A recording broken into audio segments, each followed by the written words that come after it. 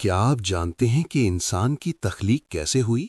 وہ کون سا لمحہ تھا جب فرشتوں نے سوال کیا اور شیطان ہمیشہ کے لیے مردود ہو گیا؟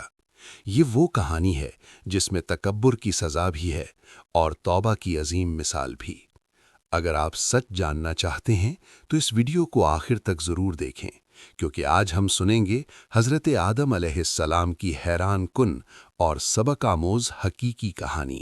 سورۃ البقرہ میں اللہ نے حضرت آدم علیہ السلام کا ذکر کیا ہے۔ جب اللہ نے انسان کی مخلوق کو پیدا کرنے کا ارادہ کیا تو اللہ نے فرشتوں سے فرمایا، میں زمین میں اپنا ایک خلیفہ بنانے والا ہوں۔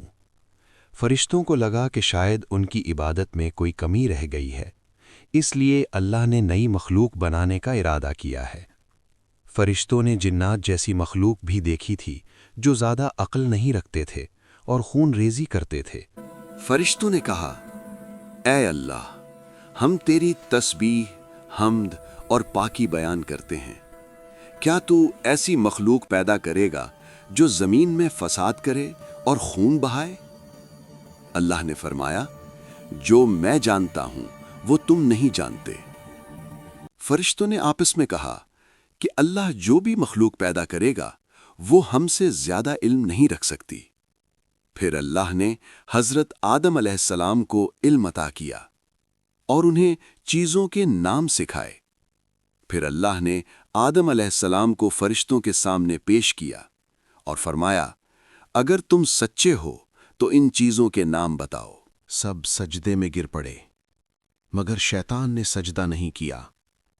اللہ نے فرمایا، اے ابلیس، تجھے کیا ہوا کہ تو سجدہ کرنے والوں میں شامل نہ ہوا؟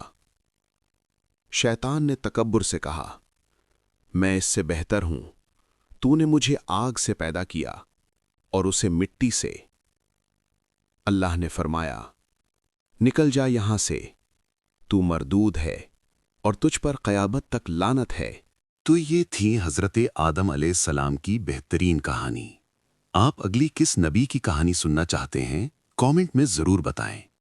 اگر آپ کو یہ پروفٹ سیریز پسند آئے تو چینل کو سبسکرائب کریں۔